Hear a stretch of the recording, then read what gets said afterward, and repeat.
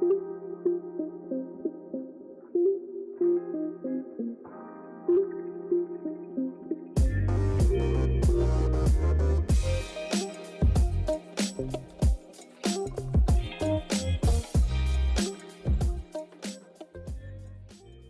you've made it to the podcast Recovery Captured, hosted by me, Shannon Louise, a certified recovery coach and self-verified addict.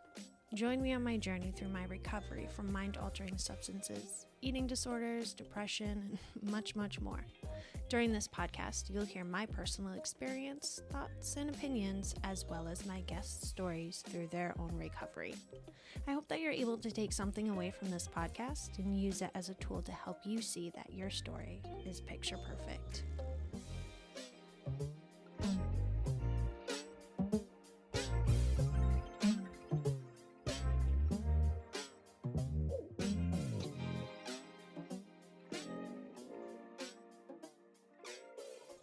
What the hell is that? I'm so excited to show you.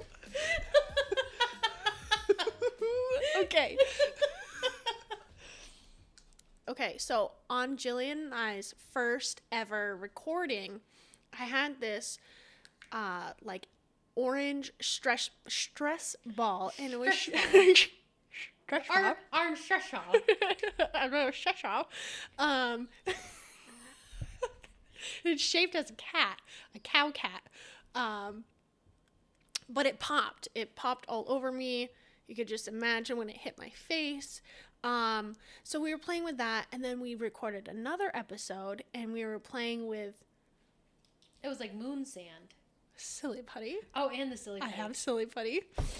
We were playing with silly putty, and yeah, this like moon sand. So, and then our last podcast, I have these little orby things that you pop. I don't know. I just have a bunch of shit that we can play with to keep our fingers busy.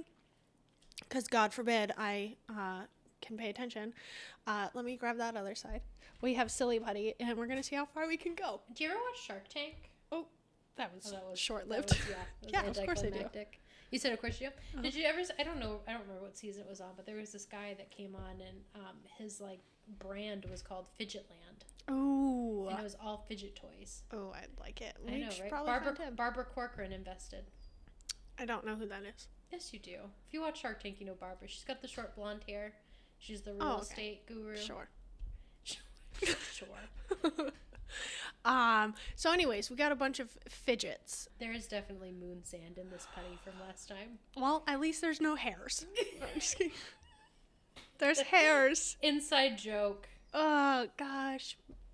Maybe someday. Maybe someday. Everyone will be able to hear it. So anyways. What the fuck is in your hand? I got this other toy. I got this other little fidget.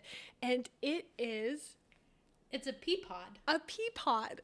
But there's a crack in it where you'd like pop the peas out. Pop the peas out and like suck on them. But there's little peas and they don't come out. You just press them up. And I want to go back to your comment about sucking on the peas.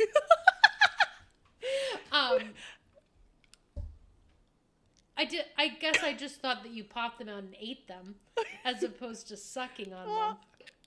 Like edamame, you kind of like pull them out. Oh, yeah. Anyways. Okay, I guess that's fair. I was just I was put off by... And then I thought you meant you were sucking on your fidget toy. No. So I kind of wanted to play with it, but then I was like, maybe not anymore. I had a little COVID in my pea pod. You want it? So anyways, it's this plastic pea pod. The peas don't come out. So, but you just like squeeze where the pea is and it pops the pea out. That sounds so weird if you don't know what I'm talking about. But they do. We gave them an adequate description. You think so? I think so. I'm horrible at it. We said pea pod. Yeah. Anyways, and they just hang out. And he has a face. Anyways, I was really excited to buy it and show you. Did you also get this at the As Seen on TV store? Of course I did. How have I not seen these on TV? I watch a lot of fucking TV. I don't know. I am wondering why it's so hard for you to pop it out. Just note that it's not going to come all the way out. Just to see his Look face. Look at his fucking face. Oh my god. Well, in order to like get him out all the way to see his face, you have to kind of... Oh, I like that a lot. Oh, you can enjoy it. Oh, thanks. I'll take the silly putty. Putts. The what? The silly putts. Yeah. Well, we're here today. If you listen to... Actually, I don't know how these episodes are going to fall in order. Nor do I. Either way, you're going to hear my story at some point. Shannon needs to tell hers as well. It's duh. Shannon has so much to offer. I've been friends with you for the entirety of my sobriety. Mm-hmm. So, I mean, that's been 6 and almost a half years. So we've been friends through a lot, and I've seen you grow a lot and do a lot, but I haven't seen you in active addiction.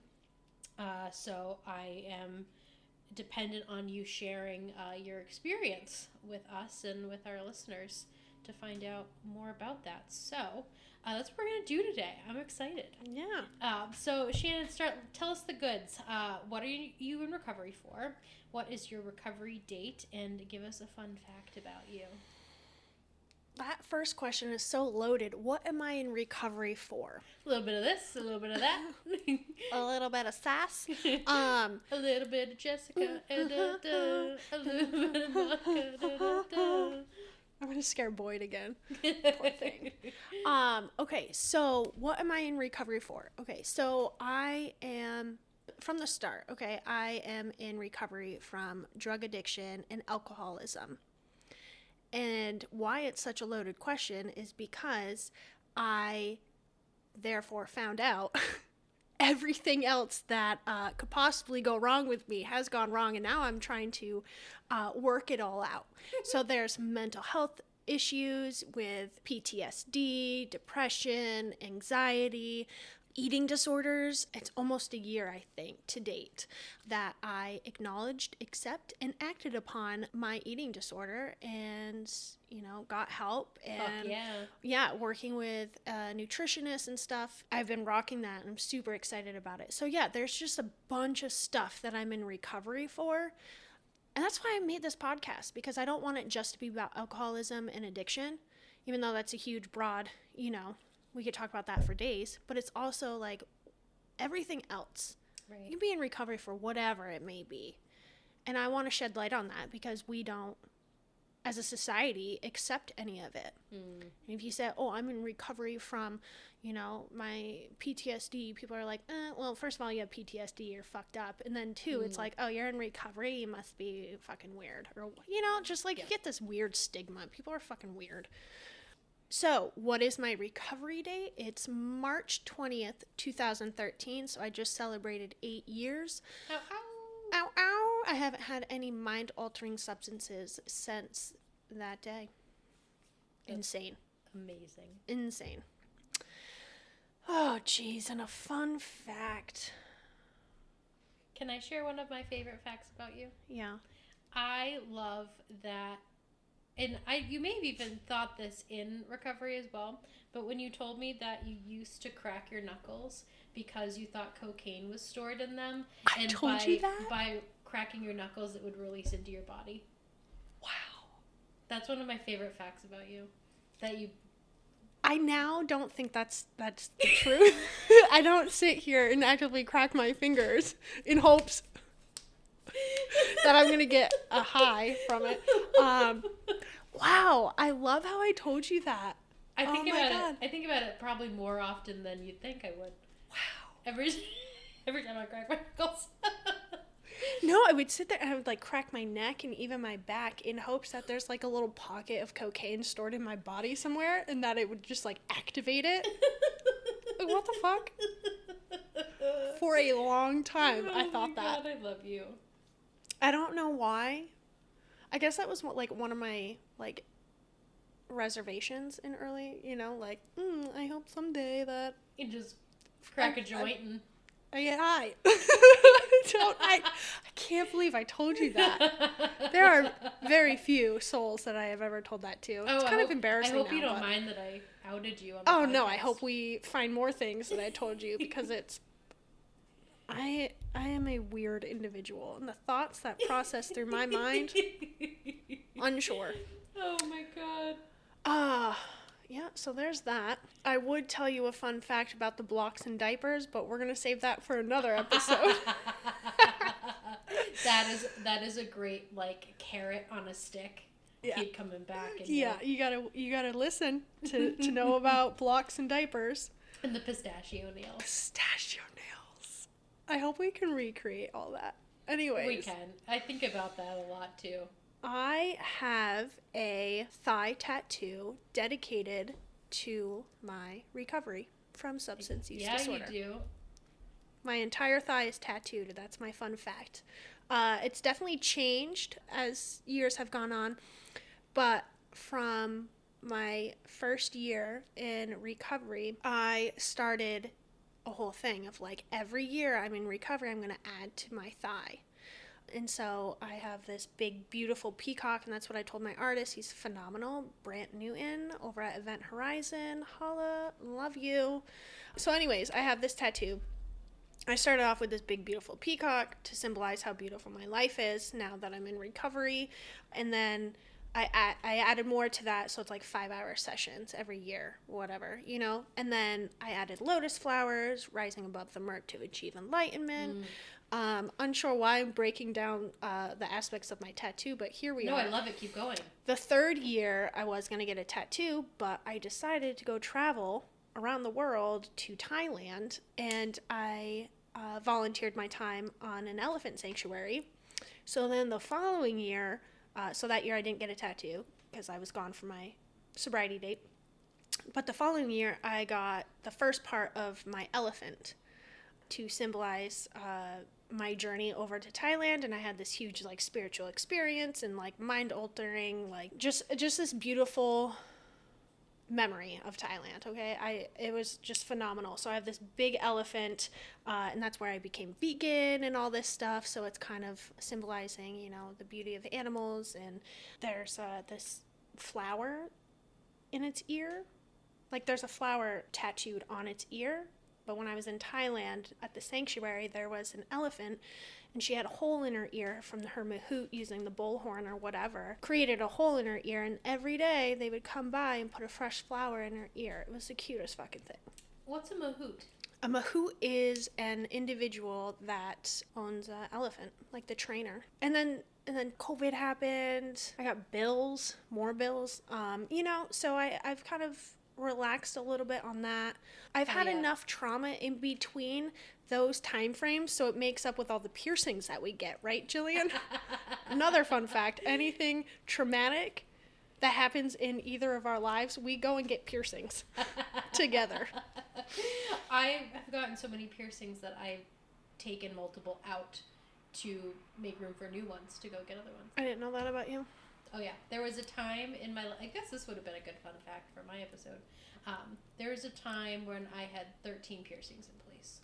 Yeah. And like I'm not, you can't see me, but I am, how would you describe, I'm not like edgy. You know, like I mean I have tattoos and I obviously have had 13 piercings at one point, but like You're kind of like conservative. Yeah. Like you're just low key. I'm low key, yeah. I'm pretty business cash. Yeah.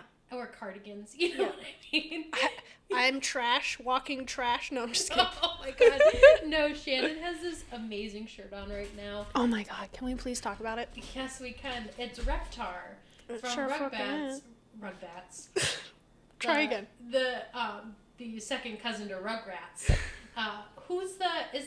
Is it I'm not gonna answer that question because you need to know who that is. I know, it's the boy on the shirt, one of the kids. I know that there's Dill and Tommy, and there's Angelica, and there's the twins, Dill and Lil. But for some reason, the boy with the crazy red hair, I am totally blanking on. Is it Chucky? Yeah, I don't know how you would forget. It is Chucky. Yeah. Okay. Just like the crazy Chucky. I think that's why I was confused. Yeah, no. Because I think I was thinking of. Anyways, Chucky is running away from Reptar. It's my entire shirt. And I have cut off sleeves because I didn't change after the gym. Why would you when you have that on? I wouldn't. Maybe it was planned out. Maybe it was. I forget how we got onto that topic. Oh. Well, my fun facts. Your fun facts, yes. About my tattoo. That was a great fact. I like that a lot. Yeah, I got other tattoos. We could talk about that. Yes. We can dedicate a whole episode of tattoos and piercings. I'd love that because I have a recovery calf. Oh, your leg. My I have a baby cow. I have a baby recovery cow. Well, I didn't know if you had like a stuffed animal. I'm like, where the hell has this been? The look I just gave you. Shannon was like, what the fuck? No, on my leg, a body part. Mm-hmm. But another episode, another day. We'll talk about it. So Shannon, tell us about your journey. Tell us about the beginning, the middle, where you're at now, what happened, what's changed. Fill us in. Just like you said, like, I think it started in the womb. Most definitely. Mm-hmm. I can't pinpoint a specific event or time that I believe I got alcoholism. I personally believe that it's hereditary. I personally believe that because of individuals in my family who have alcoholism, I believe it's a trait or in the genes or whatever it may be. I don't know. And then also mixed with my environment, right? So yeah, I also was a hot mess as a child. I was super depressed, just low energy, anxious. I don't know. I didn't like the way I felt at a very young age. So I sought out drugs and alcohol at a very young age. But prior to that, and even during, my early years of using, I never felt enough of anything, right? I never felt pretty enough. I never felt good enough. I never felt smart enough. Whatever you want to put before enough, I never felt it. And we talked about it before, this mask that we would put on. So like through school, because I never felt enough, I never felt, a part of, I tried to put on a different mask to fit into certain crowds. So I wanted to be in the popular crowd.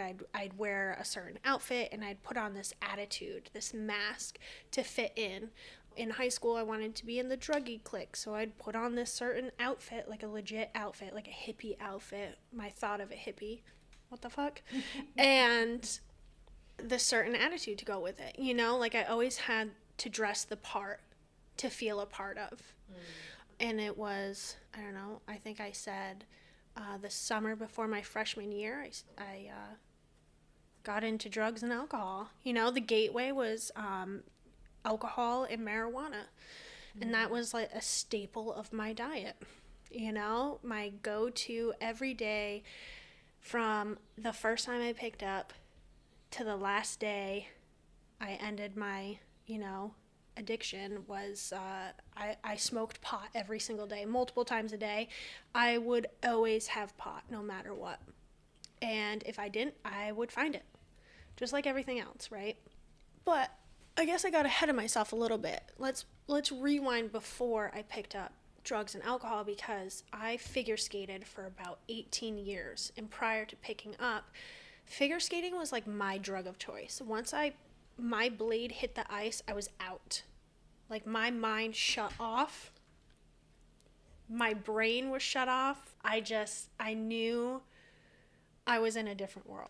I used my first out with figure skating, and then I picked up drugs and alcohol, and that's where I was on a roll, right? I finally felt enough. I finally felt a part of. I finally felt smart enough, pretty enough, whatever it may be, because I have drugs and alcohol in my system. I feel great.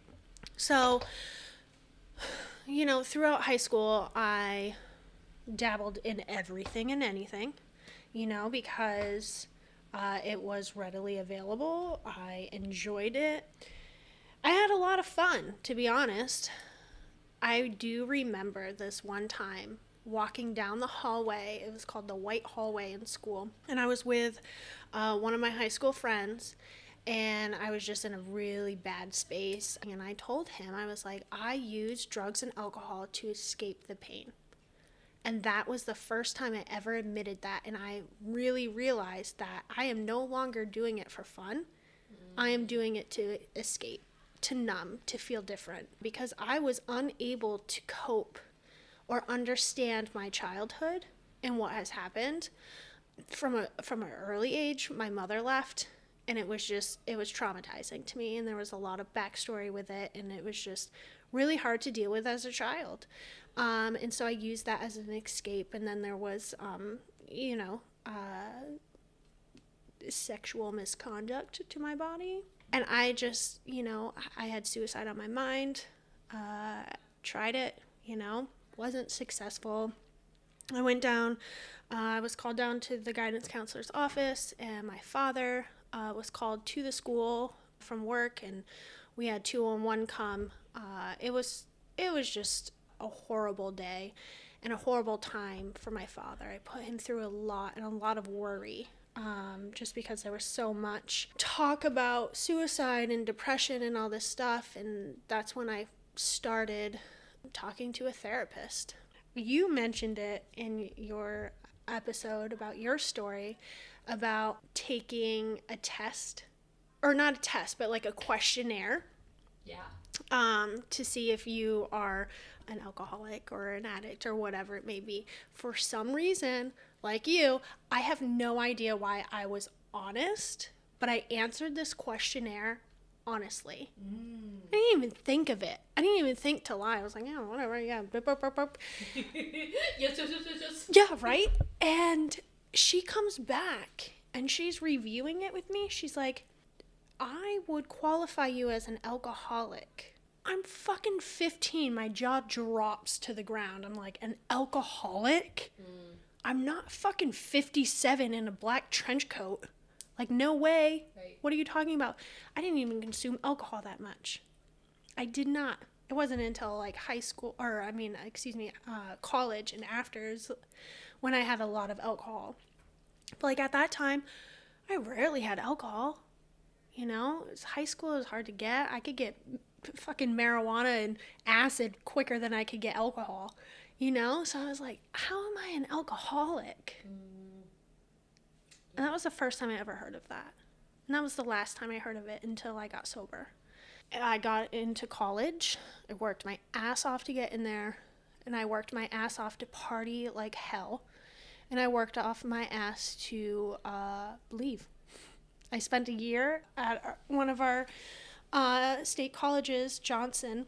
And I was just a fucking shit show the whole time. I was just on mushrooms and alcohol all the time. But I thought I was doing fine because I had an on-campus job at like the print press, and then I was working nights over at one of our local grocery stores, and then I was going to school full time. Like, I got my shit together. I'm fucking fine. I can, party at night, let alone I'm going to work high as fuck. You know what I mean? Like, that moral line that we were talking about.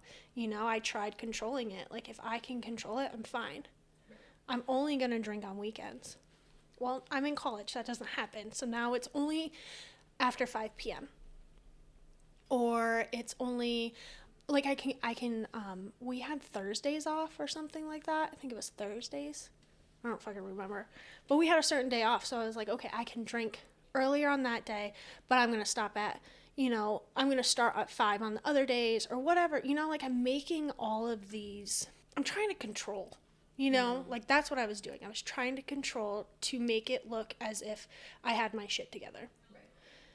But that bar kept dropping, and it was just like, it was downhill from there. I was like, whatever, I'm just going to fucking get fucked up and do my thing. And I met, who I thought legit a human. I thought he was the love of my life. He's a great human, very kind-hearted, and I just got caught up at the wrong time, wrong place, and I moved in with him and got my first and only drug possession charge. I got into cocaine. Cocaine was, I didn't even know what it was. Like, what an idiot I am. Like, you're going to tell me at 15 I'm an alcoholic, but I have no idea what cocaine is. Just know it's a white substance you snort. Not knowing what it was, I knew that if I tried it, I would love it. So I never tried it. I had that bar, and I set it. Like heroin, I know you got to shoot up. I am never shooting up. So I had those bars. I'm never going to do hard drugs. That was that name for that bar. Never shot up heroin, thank God, But on my 21st birthday, No, it was my 20th birthday. I tried cocaine for the first time. Fell in love. Yep. Like, head over heels. Blew my fucking mind. Yeah. But the guy I was seeing, the love of my life, right? He was able to provide me with anything and everything I wanted. Blowing 8 balls all day. You know, it was nasty. It was horrible. And I thought I was doing good because I was helping raising his child. And all the while, I'm still a child myself, you know? Right. But anyways, we ended our relationship, but I did not end my relationship with cocaine. Found it other places, did what I needed to do. Obviously, I got a new boyfriend because I could not be single or alone, and it was one of his friends. So go me. I started dating him, and we were at a park one night, and I got caught with cocaine. And he had an 8-ball on him, and I was cutting out the line for the 2 people in the back, you know? And it was just like poor timing, and it's all on my lap. So I'm like, yeah, it's mine. I took the blame for it. And for years, I was so resentful towards it. Once I got sober, I was like, these motherfuckers didn't even try. You know, I took the blame for all of them, and I am so fucking grateful that I got caught. I'm so grateful that I took all the blame. I wouldn't be here where I am now, you know? Totally.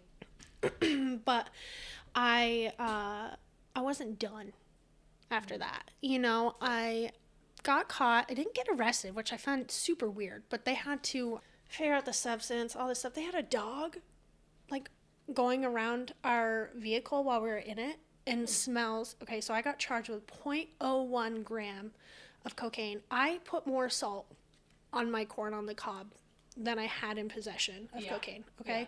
Like, that's what that means. Yeah. And so I had that, and my boyfriend had the fucking 8-ball. Like, what, 3.5 grams? I don't even know what it is anymore. But he had a shit ton. He had a whole fucking ball in his pocket, and the dog sniffed out it on my side. Fucking jack me. Are you kidding me? Anyways, so, like, all this stuff is running through my head, and, yeah, I don't get arrested. They call me back. They interrogate me. They want to wire me. I have no idea what any of this means. I got a lawyer. I paid for my lawyer up front myself. I went to all my court hearings. I did everything that was required of me. I thought I was in the clear.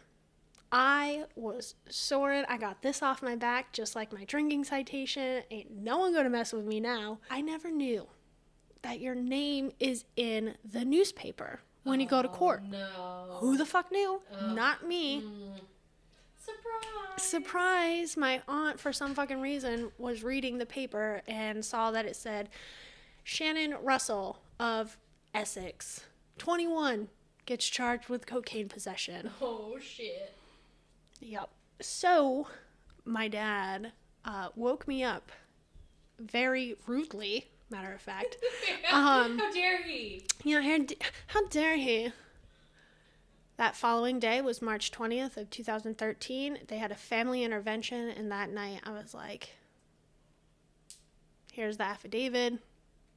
Like, gigs up, you know? And it was right after my sister said, so at the time my sister had her only child, and it was the only baby of the group that we had.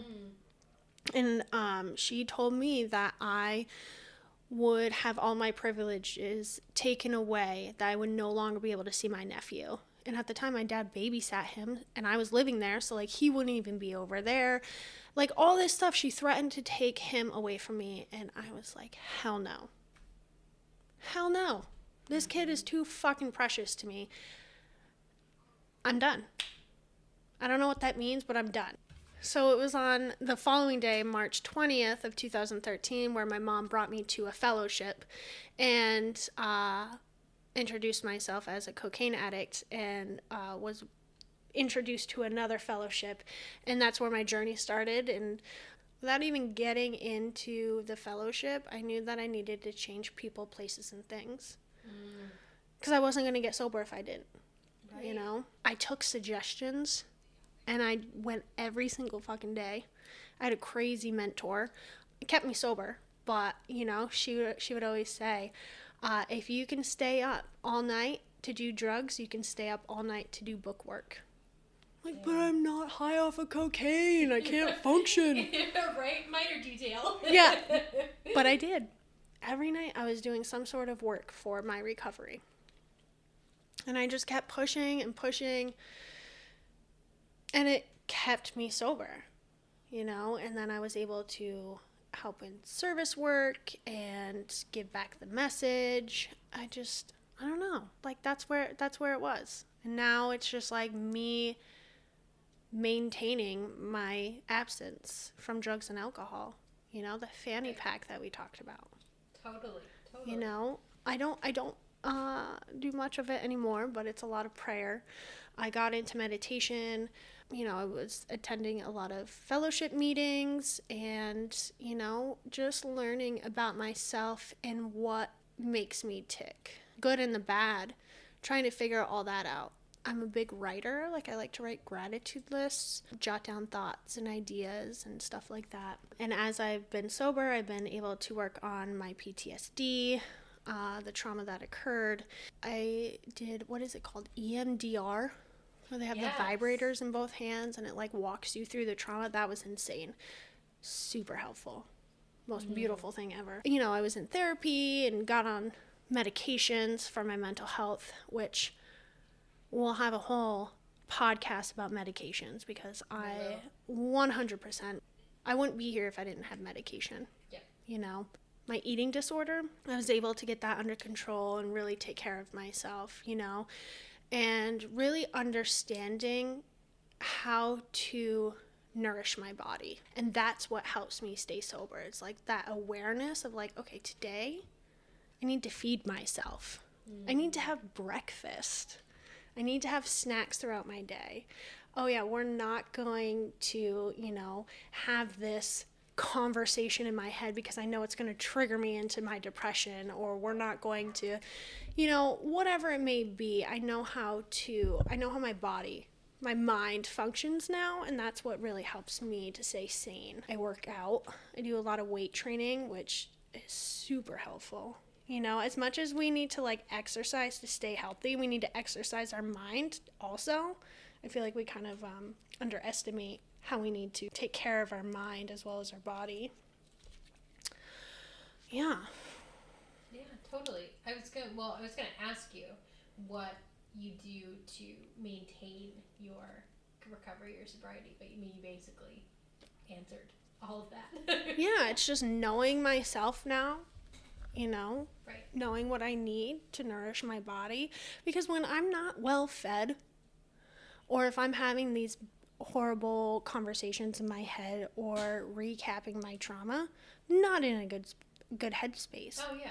And when I'm not in a good headspace, that's what's going to walk me closer to a drink. Absolutely. You know, and yes, of course, there's times in my you know, recovery that I have thought about alcohol or drugs, you know, like, oh, how nice would it be to rail a line right now? Or, you know, it's sunny out, let's go have a beer, you know? Mm-hmm. So, of course, that comes to mind, but it's talking myself through the drink or the drug, and it's knowing that I can't have one. Right.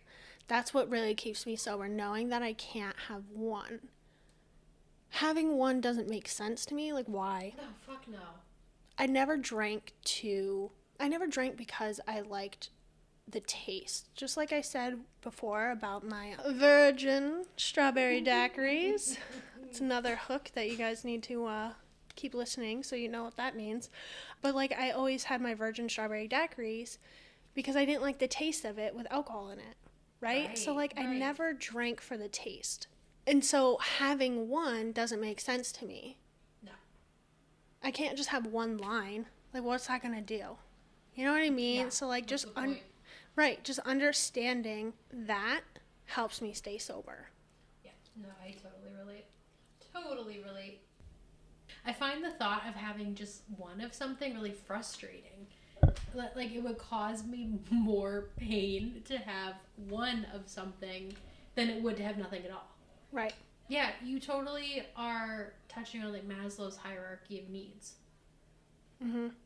You know, like how, like, I'm never going to self-actualize if I am not, like, feeding my body and sleeping and, like, doing the things that I physically need to do. Right. Well, I am so grateful that I have you in my life and I've met you. Me too. Hell yeah. If it wasn't for recovery, we wouldn't be here. I Chatting. know. How crazy is that? It is really crazy to think about. Yes. It's crazy to know what life can provide us with once we get sober. Because I always thought that alcoholism was an old man in a trench coat holding a bag of booze. Mm-hmm. You Under know? a bridge. Under a bridge, exactly. And it's not like that. No. I got sober at 21. I am not 67 with a trench coat on. You know what I mean? Right.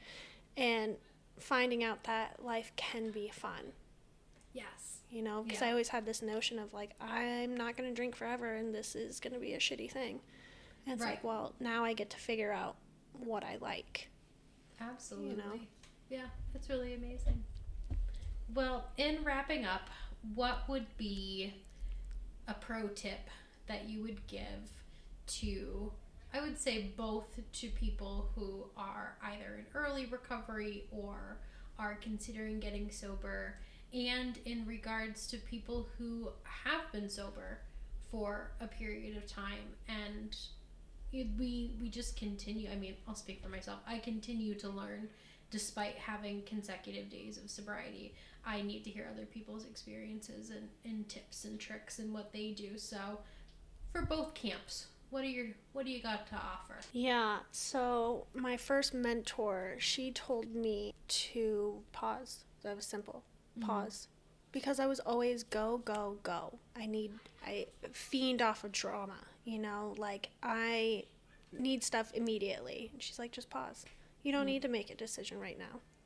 You don't have to go do that. Just think about it, you know? To, like, help me slow down. Because I was always on the go. So, pausing. And then also, this stupid, like, cliche thing that you always hear is, like, HALT. HALT. Hungry, angry, lonely, tired. It's like, when you're feeling off and not listening to yourself, you need to recap HALT. Are you hungry? Are you angry? Are you lonely? Are you tired? Like, is this why you're acting out? Is this why you're not feeling good? Is this why you're not on cloud nine right now? Like, let's feed ourselves. Let's not be angry and do something that pleases ourselves. Are you lonely? Let's go hang out with fellowship friends or, you know, your dog or whatever it may be. And tired, like, did you get an adequate amount of sleep? You know, like these necessary life things that we need to provide our bodies with, we kind of forget about. Right, our basic needs. Basic needs. Yeah, isn't it funny how easy it is to forget about those things? I don't understand why. Right. Like, why do I struggle with getting enough sleep? Like, why can I not drink enough water in my day? Fuck if I know. Why do I need to go see a nutritionist to tell me that I need to eat within an hour of waking up? No fucking clue. It's hard to take care of ourselves and it's hard to recognize that. But I think if we really learn about ourselves, I think it's a lot easier to move about your day and stay healthy. Yeah. So yeah, pause and always think about HALT. Amazing. Yeah. Well, thanks for sharing. Yeah. Thanks for asking me to share my story on the podcast. Oh, hell yeah. All right. Thanks. All